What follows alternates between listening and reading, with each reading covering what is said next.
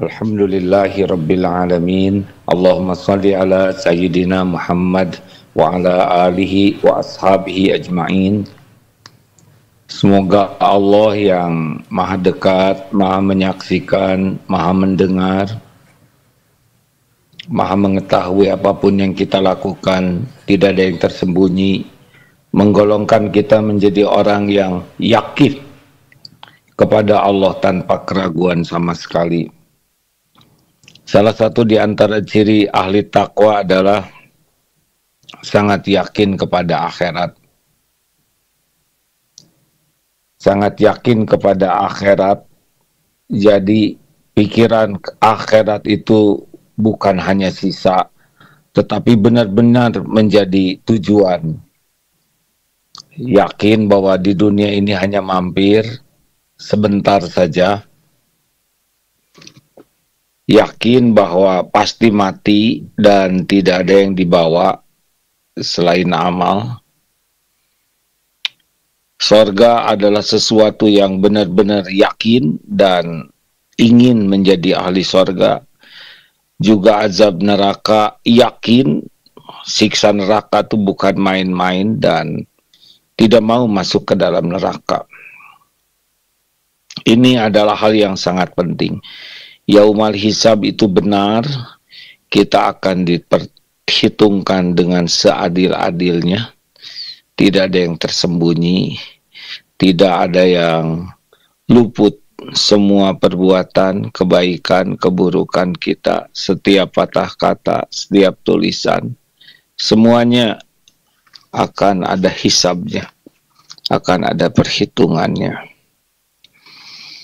Keyakinan seperti ini akan membuat kita luar biasa berhati-hati. Karena orang yang takwa itu adalah seperti orang yang berjalan di sekitar onak dan duri, sehingga selalu diperhitungkan, dipertimbangkan setiap ucapan, setiap perbuatan, mana yang bisa menginjak duri, mana yang selamat. Duri-duri itu ada pada larangan Allah, dan yang selamat itu ada pada perintah Allah. Demikianlah seharusnya kita menjalani hidup ini, selalu penuh pertimbangan, selalu penuh perhitungan. Jangan sampai melakukan yang dilarang Allah, karena di sanalah yang akan menjadi bencana bagi dunia akhirat kita. Persis seperti menginjak duri, akan luka, bisa infeksi, bisa amputasi. Tapi kalau kita memilih yang Allah sukai, aman. Nah, rekan-rekan sekalian, dunia hanya mampir. Dunia tidak akan dibawa. Sebagaimana kita mampir di sebuah tempat, kita tidak akan habis-habisan mencurahkan pikiran kita untuk tempat mampir. Tidak usah kita habis-habisan di dunia ini sampai mengabaikan akhirat. Kecuali untuk urusan dunia yang bisa jadi bekal akhirat, kita harus sungguh-sungguh. Semua aktivitas duniawi kita harus diniatkan sebagai ibadah. Dan kita pastikan yang kita lakukan benar. Barulah kita akan merasakan hayatan thayyibah. Jangan silau kepada dunia. Jangan mengagung-agungkan duniawi ini. Jangan kagum dan terpesona kepada dunia. Jangan lengket dunia di hati. Jangan ada perasaan memiliki. Jangan jatuh cinta kepada dunia. Jangan merasa terhormat karena punya dunia. Jangan merasa minder kalau tidak punya dunia. Jangan merasa kehilangan kalau dunia diambil. Jangan sedih dengan dunia dilapangkan, disempitkan, diambil oleh Allah. Biasa saja. Dunia hanyalah tempat mampir. Kita lakukan yang terbaik di dunia ini sebagai amal soleh kita. Untuk bekal kubur kita, bekal akhirat kita. Kita lakukan yang terbaik dari semua kemampuan yang Allah berikan bukan untuk duniawi, tapi untuk bekal akhirat kita. Sebagai amal soleh kita mencari keridhaan Allah. Mudah-mudahan kita selalu ada dalam keyakinan seperti ini. Jadi kita semangat, ihris ala ma yanfa'uk wasta'in billah wala ta'jaz. Semangat terus. Tapi bukan untuk kaya, bukan untuk hebat, bukan untuk dikagumi, bukan untuk memuaskan nafsu. Tapi inilah bekal pulang kita. Semoga kita semua termasuk ahli zuhud terhadap dunia, ahli ilmu yang manfaat, ahli amal yang ikhlas dan istiqomah. Dan mudah-mudahan Allah membuka hati kita agar bisa melihat kekurangan, kelemahan, kesalahan diri, lalu diberi taufik bisa bertobat dan diampuni, dan diberi kemampuan oleh Allah memperbaiki diri. Dan semoga Allah menjadikan semua kesibukan kita jadi amal soleh, sarana agar kita bisa husnul khotimah, agar kita bisa lapang di kubur, agar bisa pulang berjumpa dengan Allah kelak di sorga. Amin ya Allah ya Rabbal Alamin. Terima kasih sahabatku sekalian. Silakan dilanjutkan. Kata kuncinya adalah ijhad fid dunya yuhibbukallah. Zuhudlah terhadap dunia, niscaya Allah akan mencintaimu. Wajhad fima indan nas yuhibbukan nas. Zuhudlah dengan apa yang ada di tangan orang, niscaya orang-orang akan mencintaimu. Semoga kita jadi ahli zuhud yang benar, ikhlas dan istiqomah. Assalamualaikum warahmatullahi wabarakatuh.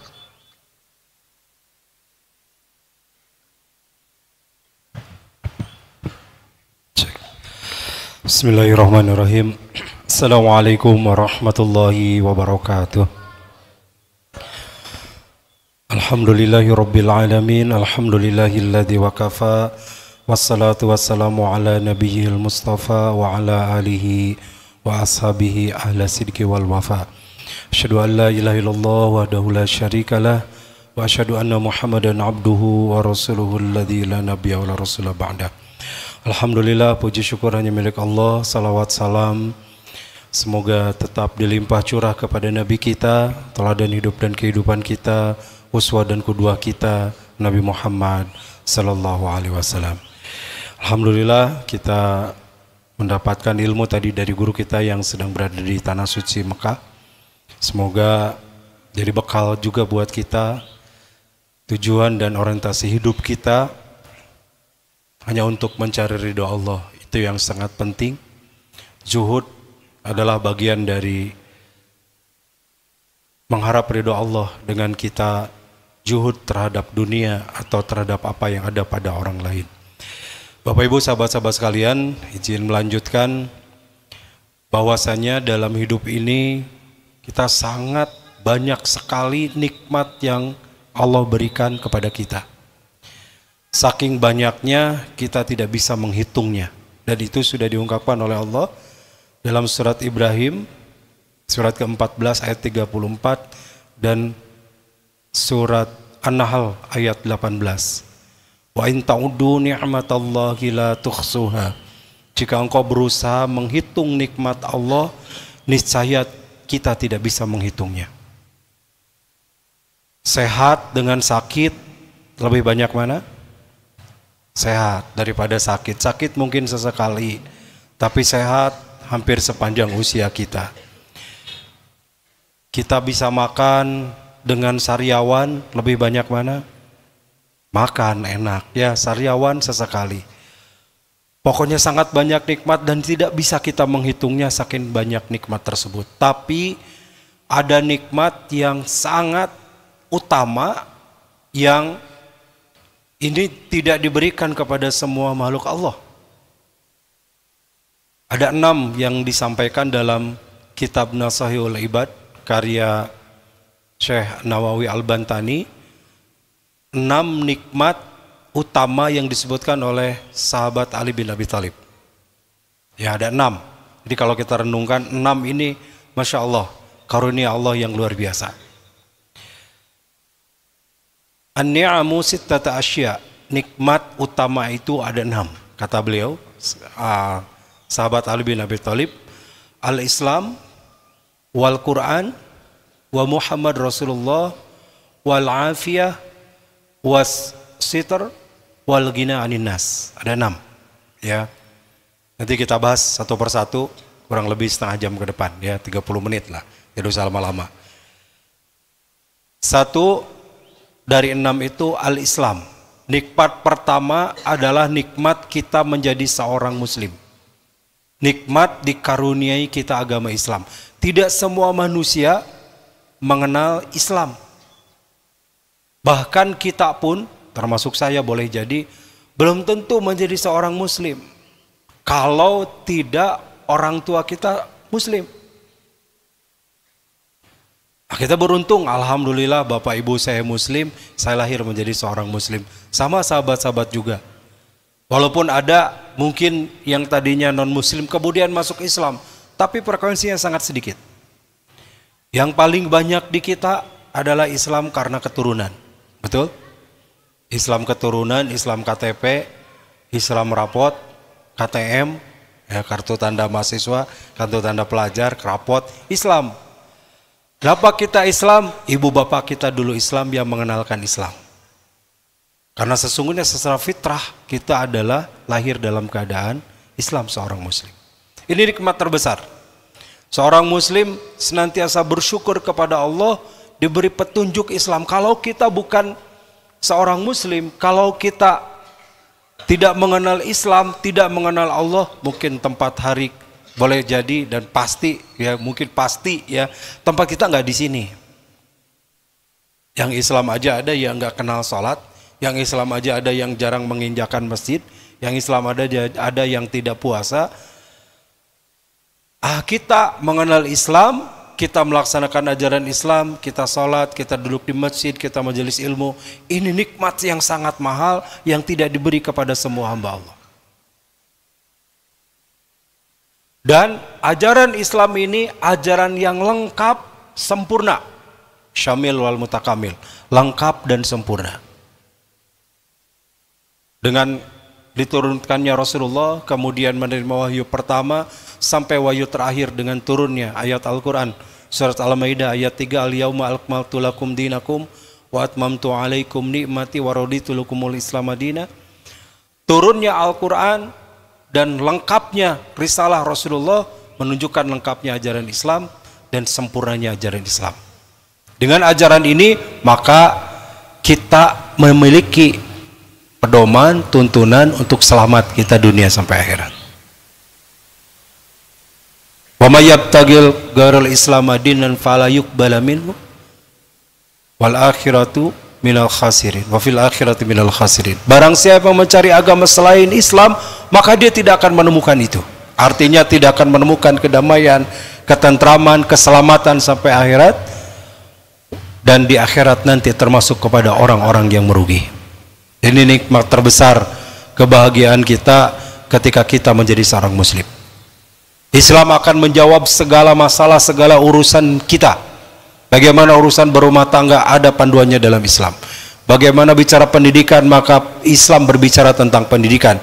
Ketika bicara tentang ekonomi, Islam berbicara tentang ekonomi. Ketika berbicara masalah politik, Islam ada di situ mengatur tentang masalah politik. Jadi inilah nikmat pertama. Kita menjadi seorang muslim, seorang Islam, nikmat besar yang Allah karuniakan kepada kita. Karena tidak semua manusia diberi hidayah Islam.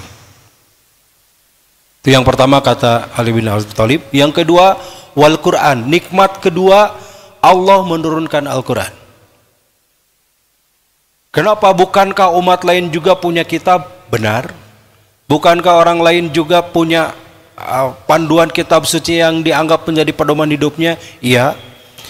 Tetapi Al-Quran adalah kitab yang paling murni dan keasliannya dijamin sampai akhir zaman. Ini nggak ada di kitab lain dan agama lain. Bahkan agama-agama baru, jadi kan kalau dalam pelajaran kita mendengar ada dua pembagian. Kitab Samawi, ada kitab agama Samawi, ada agama Ardi. Agama Samawi itu Yahudi, Nasrani, dan Islam. Agama Ardi selain itu ada Hindu, Buddha, Sinto, Majusi, dan sebagainya. Nah, agama Samawi ini diberi kitab kepada para nabi dan rasulnya. Ada Taurat, ada Injil, ada para nabi yang mendapatkan suhuf, firman Allah berupa lembaran-lembaran atau kalimat-kalimat dari Allah. Tetapi Al-Quran, kitab yang lengkap, yang menyempurnakan kalimat kitab-kitab sebelumnya, dan tidak ada cacat serta kekurangan di dalamnya sampai akhir zaman. Ini kenikmatan yang diturunkan kepada kita. Halo? Enak siang weh, nunutan ya. Bagaimana kalau nunutan berjamaah saja, setuju? Aduh. Nah, diberikan Al-Quran yang merupakan pedoman hidup kita, membuat hidup kita tenang, tentram, bahagia, selamat. Agama lain dengan kitabnya sendiri bimbang. Konon orang-orang Kristen 5 tahun sekali mereka kumpul di Vatikan dengan paus, bukan hiu, ya, dengan paus, para pendetanya untuk merevisi Al-Quran. Maaf, merevisi kitabnya, kitab Injil, bukan Al-Quran. Untuk merevisi kitabnya, kitab Injil. 5 tahun sekali itu. Sekarang sudah berapa ratus tahun, dari ribu tahun dari Injilnya diturunkan, udah pasti nggak ada yang asli. Ya, yang ini nggak cocok ayatnya ganti, yang ini udah nggak sesuai hapus, ini perlu ditambah masukkan. Itu sudah berapa ribu, berapa juta kali dirubah, direvisi, sudah pasti nggak ada yang asli sesuai dengan ketika turunnya. Al-Quran sejak diturunkan oleh Allah kepada Rasulullah 15 abad yang lalu, turun diterima oleh Rasulullah di Gua Hira sampai Rasulullah menyempurnakan dengan al-yawma akmaltu lakum di Madinah, maka lengkap ajaran itu, tidak kurang satu ayat pun, tidak hilang satu kalimat pun dari Al-Quran itu sampai kita hari ini. Ini otentik, ya, orisinalitas. Yang paling orisinal, yang paling lengkap, yang paling sempurna, itu isi dari Al-Quran. Dan itu jadi panduan menyelamatkan kita. Kalau kita nggak punya panduan, sesat hidup ini, ya. Pedomannya jelas dalam Al-Quran. Dengan Al-Quran itu kita kemudian berpegang teguh dengannya, maka kita selamat. Ya, Rasul pernah bersabda, Ainal Qur'ana ma'dibatullah. Quran itu adalah ma'dibatullah, itu hidangan dari Allah. Jadi kalau hidangan untuk apa? Dinikmati. Jadi orang yang membaca Quran, Allah berikan kenikmatan. Setiap huruf itu jadi kebaikan. Fi kulli harfin khair. Setiap huruf itu kebaikan. Lalu bisa dilipat gandakan kepada 10 sampai 700 kali lipatan. Berapa banyak kebaikan kita peroleh dari membaca Al-Quran? Dari setiap huruf yang kita baca. Kalau kita baca satu hari satu juz, berapa ribu, berapa ratus ayat yang kemudian dikali 10 kali 700. Bisa ribuan, jutaan kebaikan kita dapatkan dari membaca Quran. Dan Allah beri ketentraman sekalipun kita nggak paham. Ini hebatnya Quran. Nah, paham, mengerti artinya, itu lebih baik dan lebih utama. Tidak paham saja, kita baca saja, terus baca tiap hari, Allah turunkan ketenangan. Itulah maksudnya Quran itu kenikmatan buat kita. Saking nikmatnya baca Quran, itu baru satu ayat ada yang Qurannya hilang. Itu ya, satu halaman Qurannya jadi gelap, ternyata tidur kalau itu ya. Ada yang hilang katanya. Ada yang baca Quran saking ngantuknya Qurannya yang loncat. Nah itu berarti baca Qurannya sambil nundutan ya. Tapi memang Quran adalah keistimewaan yang Allah berikan kepada kita, dan nikmat ketika kita mau membacanya, mempelajarinya, dan apalagi mengamalkannya dalam kehidupan kita. 2. Satu apa? Islam. Jadi orang Islam ini nikmat terbesar. Yang kedua, Al-Quran. Allah menurunkan Al-Quran. Ini juga nikmat yang luar biasa. Apalagi kita menghafal Quran, kita hafal ayat-ayat Quran, itu nikmat yang tiada tara. Apalagi faham Quran, nikmatnya lebih tinggi. Apalagi bisa mengamalkannya, itu nikmat yang menjadi amal-amal bagi kita, yang jadi pahala kelak oleh kita bisa dituai di akhirat. Yang ketiga, al-Islam wal Quran wa Muhammad Rasulullah. Nikmat ketiga adalah diutusnya Rasul menjadi panduan teladan dalam hidup kita. Qad ja'akum rasulun min anfusikum azizun 'alaikum harisun bil mu'minina raufur rahim. Surat At-Taubah ayat 128. Sungguh telah datang seorang rasul dari kalanganmu sendiri. Rasul dari kalangan sendiri ayatnya.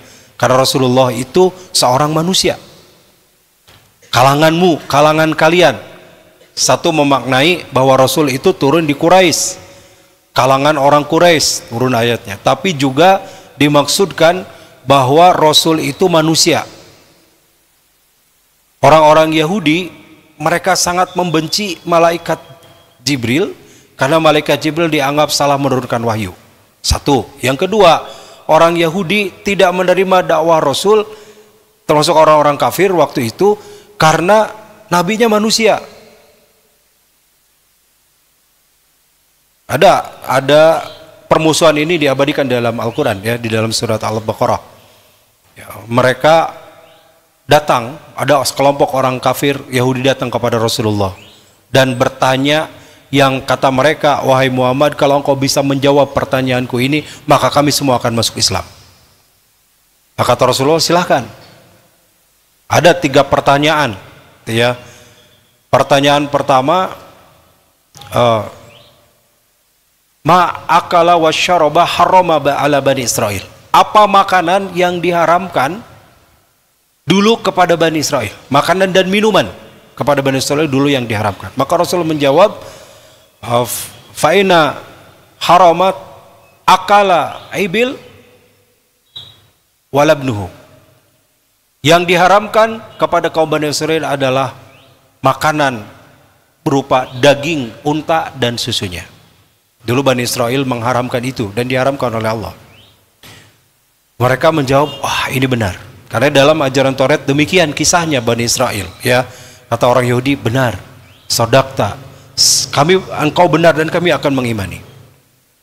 Pertanyaan kedua, ini kepada Rasulullah ditanyakan lagi. Yang kedua, wa kaifa hadan nabi? Bagaimana nabi? Bagaimana Rasulullah sebagai utusan ini? Karena nama-nama Rasulullah sudah disebut di kitab Taurat, sudah disebut di kitab Injil. Kitab Injil itu turun 500 atau 600 tahun sebelum Rasul diutus. Nabi Musa dan Nabi Isa dengan Rasulullah itu fatratul wahyu, kurang lebih 500 tahun. Jadi udah disebutkan nama Rasulullah dalam kitab Taurat, dalam kitab Injil, mim ba'di ismuhu Ahmad. Ya, akan datang seorang setelahku, kata Nabi Isa, namanya Ahmad. Ahmad dengan Muhammad itu sama, ya, artinya orang yang terpuji. Maka Rasul menjawab, hadan Nabi kana yanamu ainuhu wala yanamu qalbahu. Rasul itu yang disebutkan di dalam kitab yang terdahulu dan kemudian turun kitab kepadanya adalah seorang yang yanamu ainahu wala yanamu qalbahu.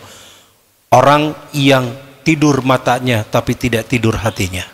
Jadi Rasulullah mah sambil tidur juga masih zikir. Beda dengan kita, zikir juga sambil tidur, ya. Beda sedikit, ya. Rasulullah tidur juga sambil zikir. Kita mah zikirnya terlalu dalam, ya. Apalagi kalau Jumatan, lihat dari belakang, kenapa pada hilang kepalanya? Ternyata pada tidur, ya. Sodak tak benar, jawaban kedua. Lalu yang ketiga, itu ya. Wa kaifa hadan nabi? Dan bagaimana nabi ini yang diturunkan ini? Maka dijawab, basyaru mislukum. Nabi yang diturunkan oleh Allah, diutus oleh Allah, tidaklah nabi itu mengutus kecuali manusia seperti kita, kata Rasulullah. Dan diturunkan kepada setiap nabi malaikat sebagai pendampingnya. Waladina ma'ahu malakul Jibril, yang menyertainya dalam malaikat Jibril. Apa jawaban orang? Kalau Mikail kami mau beriman. Gitu. Nah, itulah pembantangan Yahudi. Yang kedua, kalau malaikat nabi itu dari karena malaikat kami mau nurut. Wa kana nabi yamsi fil aswaq wa yaqulu wa ta'am wa yamsi fil aswaq. Masa seorang nabi utusan Allah dia makan, dia minum, dia jalan di pasar? Itu ada dalam ayat Quran ya. Protesnya mereka orang kafir. Tapi justru menurunkan nabi itu dari kalangan manusia supaya mudah ditiru. Sebab kalau kita niru malaikat sebagai umat nabinya, malaikat nabinya sebagai malaikat, kita susah nirunya. Karena beda alam, beda dimensi.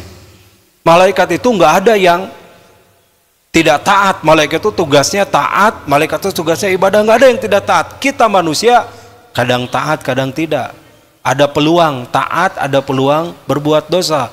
Fa'alhamaha fujuraha wa taqwa, diilhamkan jalan fujur dan jalan takwa. Jadi susah kita nirunya kalau nabi yang diturunkan kalangan malaikat.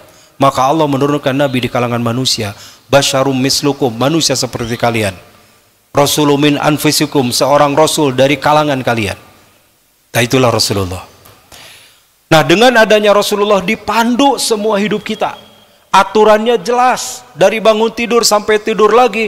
Selain diatur Quran, Rasulullah merinci semua amal aktivitas kita, baik yang sifatnya ibadah mahdhah, baik yang ibadah yang itu kewajiban kita secara individu, maupun ibadah sosial kita dengan manusia lain.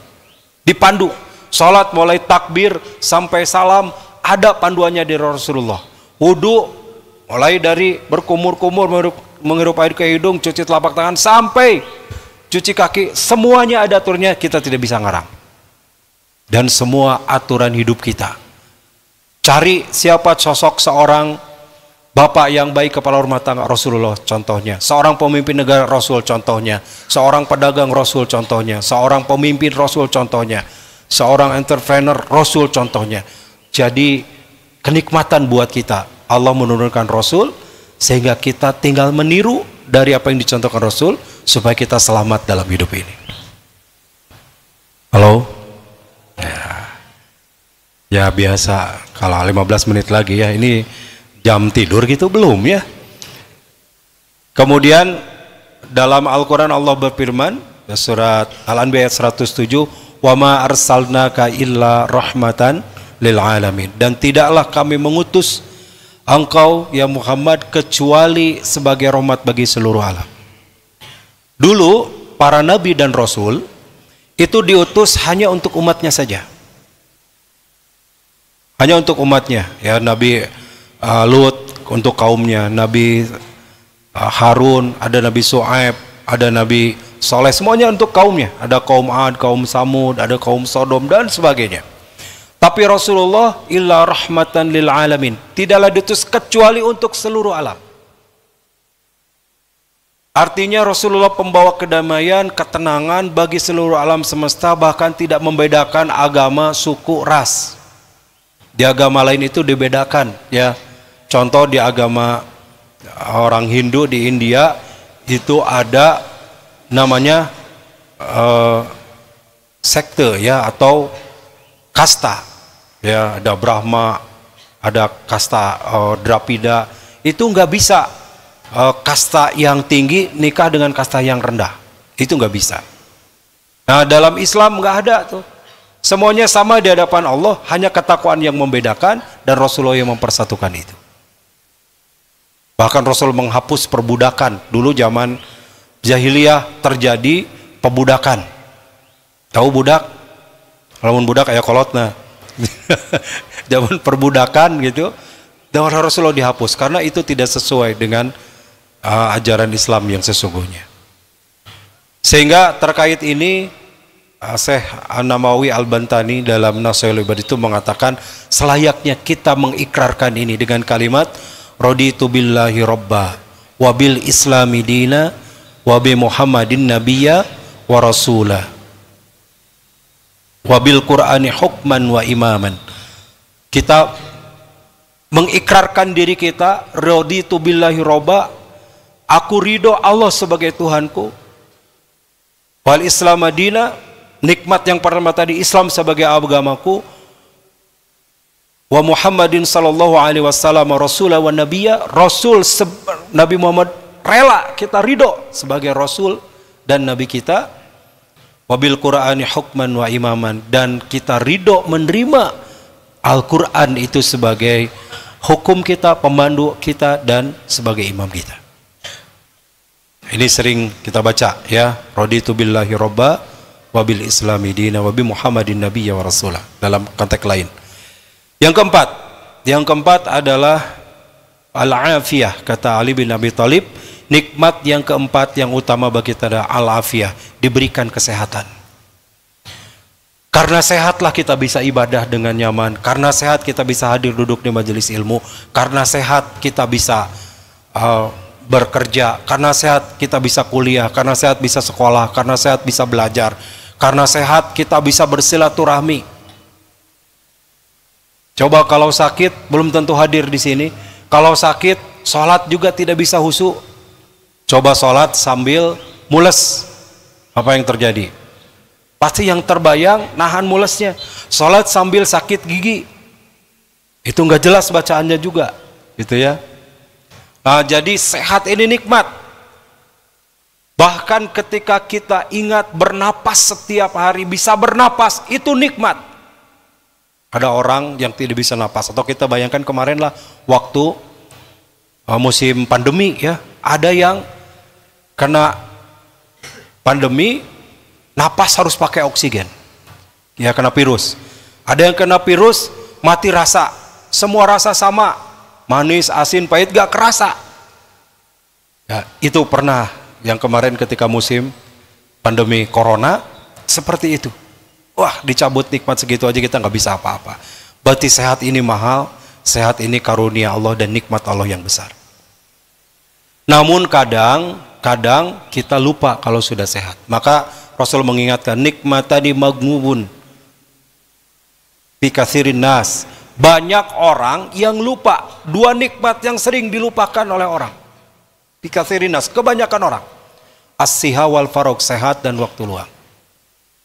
Jadi kalau sudah sehat mah kita lupa bahwa kita untuk bersyukur punya fisik, punya tubuh sehat. Harus dikasih sakit dulu. Makanya kalau pernah sakit itu beruntung. Ada orang dalam sejarah nggak pernah sakit sepanjang hidupnya sampai dia mati. Siapa? Firaun. Firaun itu nggak pernah sakit, nggak pernah merasakan sakit. Tidak acan pernah salesma acan. Ya, itu Firaun. Kalau tidak percaya tanya ke Firaun. Saya juga belum tahu. Katanya begitu. Tapi karena nggak pernah sakit, dia nggak pernah bersyukur dengan sehatnya. Nah, kita tuh kadang-kadang baru bersyukur punya mata kalau sudah sakit mata, bersyukur punya mulut kalau sudah barusuh. Tahu barusuh? Lawan dari lamasuh. Itu barusuh. Kalau sudah sariawan, gitu ya. Nah, jadi kalau kita dikasih sakit sesekali itu juga ya, nggak mau panjang-panjang. Itu supaya kita sadar dengan nikmat yang Allah berikan, supaya kita bersyukur ketika kita diberi sehat. Kalau nggak pernah diberi sakit, nampaknya kita nggak pernah bisa bersyukur dengan sehat ini. Maka Allah kadang timpakan sakit buat kita. Kadang-kadang kecapean bisa sakit, kadang-kadang kurang tidur bisa sakit. Itu banyak teguran dari Allah. Karena ada orang yang nggak pernah sakit, maka dia nggak pernah tahu nikmatnya sehat, nggak pernah merasakan beratnya sakit, lalu dia tidak pernah bersyukur dan tidak kenal Allah. Itu Firaun. Nggak pernah sakit, punya harta, udah nggak kenal Allah ya. Yang keenam adalah as-sitr. Yang kelima berarti Mas Tolil nyatat ya. Nah, ingat. Yang kelima adalah as-sitr. Yang sitr artinya nikmat ditutup aib kita. Selain nikmat sehat, nikmat besar berikutnya ditutup aib. Kenapa? Karena kita manusia ini nggak lepas dari salah dan dosa. Setiap manusia punya aib yang Allah tutupi. Sering kita dengar dari guru kita dari AA ya. Kita ini punya banyak aib kecuali Allah tutupi. Kita punya banyak dosa kecuali Allah tutupi. Kita punya banyak kesalahan kecuali Allah yang ampuni. Nah, mungkin kalau orang lain tahu aib keburukan kita, belum tentu orang mau gaul sama kita. Belum tentu yang ceramah ini didengar kalau tahu aib penceramah ini, begitu. Ya, Allah tutupi supaya apa? Dengan ditutupi itu dia tidak lupa bahwa dirinya punya kesalahan, tapi juga ada kesempatan dia bertobat. Karena manusia pada hakikatnya mahalul khatawal nisyan, tempat salah dan lupa. Tidak ada manusia yang tidak punya salah. Maka manusia itu punya aib, tidak ada yang tidak punya aib. Tapi kita dihargai orang, kita dihormati orang? Karena Allah nutupi aib kita. Maka kalau kita punya aib gak usah dibuka-buka. Bahkan seorang yang kelak Rasulullah pernah bersabda, kelak orang yang akan ditutupi aibnya oleh Allah ketika dia di dunia mampu menutupi aib saudaranya. Kita tahu keburukan saudara kita, sudah keep, tutup, gak usah dibilang-bilang. Ya, jangan sampai tahu aib saudara kita umbar kemana-mana. Bahkan sekarang banyak orang yang membuka aibnya sendiri lewat medsos.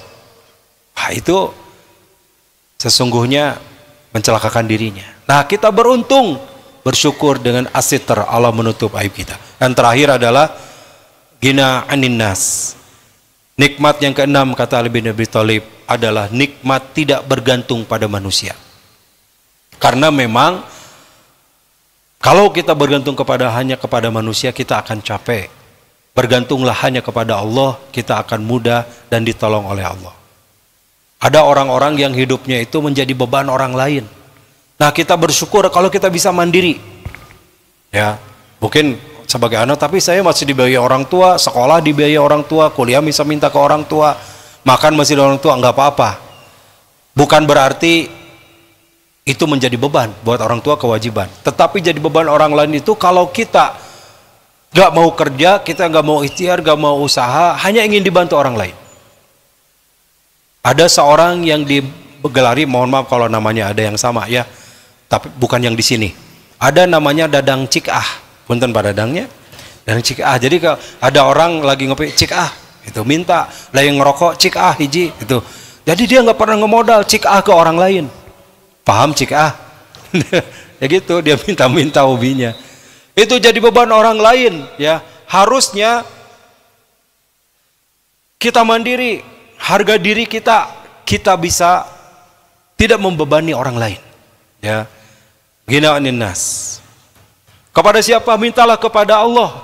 Dalam dalam riwayat Imam Ahmad ya, Rasulullah bersabda, fa idasta'anta fasta'in billah. Jika engkau meminta pertolongan, minta tolonglah kepada Allah. Jika engkau meminta berlindungan, fasta'id billah, berlindunglah kepada Allah. Nah, manusia dimintai perlindungan, manusia juga tidur ya, nggak bisa melindungi kita. Allah maha hidup, tidak pernah tidur. Manusia dimintai tolong, dianya sendiri butuh pertolongan. Allah maha penolong. Sudah, minta saja kepada Allah, selesai, urusan kita akan dimudahkan. Nah, demikian. Sebagai penutup, ada sebuah hadis Rasulullah SAW yang diterima dari Anas bin Malik. Yaqulu rabbukum fi hadis qudsi. Allah pernah berfirman dalam hadis qudsi. Jadi hadis qudsi ini firman Allah yang tidak termaktub dalam Quran, tapi Rasulullah SAW yang menerima melalui mimpi atau ilham, kemudian konteksnya, isinya, tekstualnya Rasulullah yang menyampaikan. Yaqulu rabbukum fil hadis qudsi. Rasulullah bersabda, Allah pernah berfirman dalam hadis qudsi, yabna Adam, tafarrag li ibadati amla qalbaka ginnan wa amla yadakka rizqan.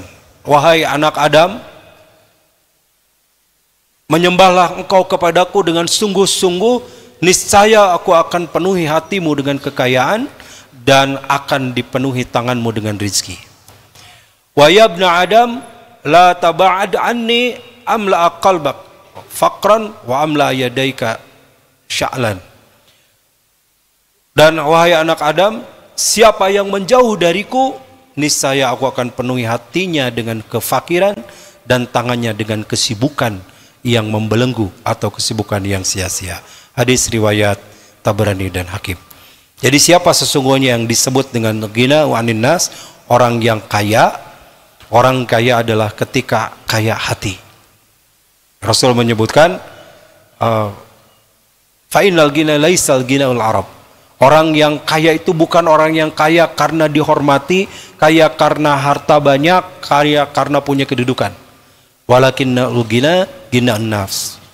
Tetapi orang kaya itu adalah ghina'un nafs, ketika hatinya yang kaya, hatinya yang bahagia, hatinya yang lapang.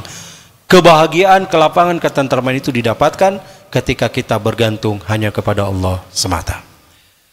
Demikian 6 nikmat utama yang insya Allah sampai hari ini kita dapatkan dan semoga kita dapatkan sampai akhir hayat kita. Itu ya, nikmat Islam, ini sangat bersyukur karena orang lain ada banyak yang tidak mengenal Islam. Nikmat Quran, inilah kita punya pedoman yang menyelamatkan hidup kita. Nikmat Rasulullah adalah panduan dan teladan hidup kita agar kita bisa selamat. Kemudian nikmat sehat, nikmat yang terus harus kita syukuri agar kita bisa melakukan amal ibadah dalam hidup kita. Nikmat ditutupnya aib kita, dan juga nikmat kita tidak bergantung kepada manusia. Semoga ada manfaatnya, dan kita memohon berdoa kepada Allah semoga akan hidup kita senantiasa dimudahkan oleh Allah Subhanahu wa taala. Allahumma shalli wa sallim wa barik ala Muhammadin wa ala alihi wa sahbihi ajmain. Amin. Allahumma ighfir lil mu'minina wal mu'minat, muslimina wal muslimat, al ahya'i minhum wal amwat, innaka qaribun mujibud da'wat wa ya qadiyal hajat. Allahumma yassir lana umurana wa hasil maqasidana ya dzal jalali wal ikram. Allahumma anfa'na bima 'allamtana wa 'allimna ma yanfa'una wa zidna ilma. Ya Allah, ampuni segala dosa kami, ampuni segala kesalahan kami, hapus segala dosa kami, tutup segala aib kami. Bimbing dan tuntun diri kami agar mendapat hidayah, menyempurnakan dan istiqomah dengan hidayah-Mu di jalan-Mu ya Allah.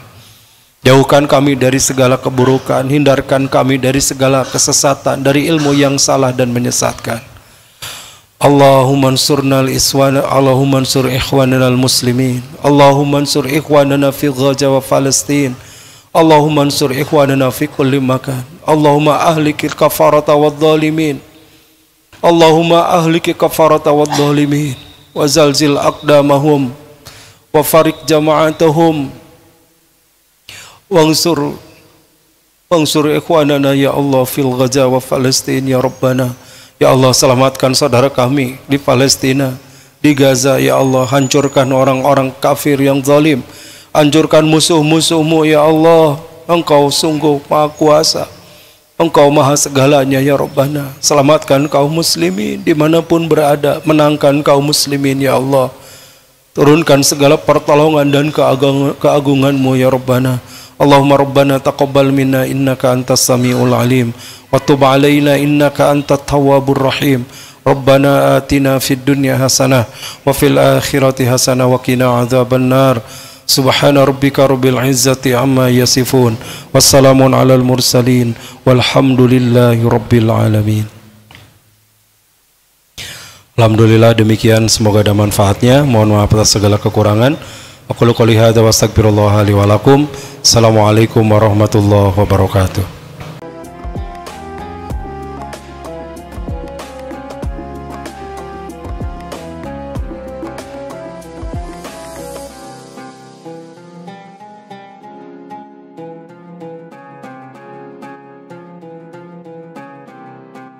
Jangan lupa, saya bilang sekalian, terus berlangganan di Darut Tauhid Official.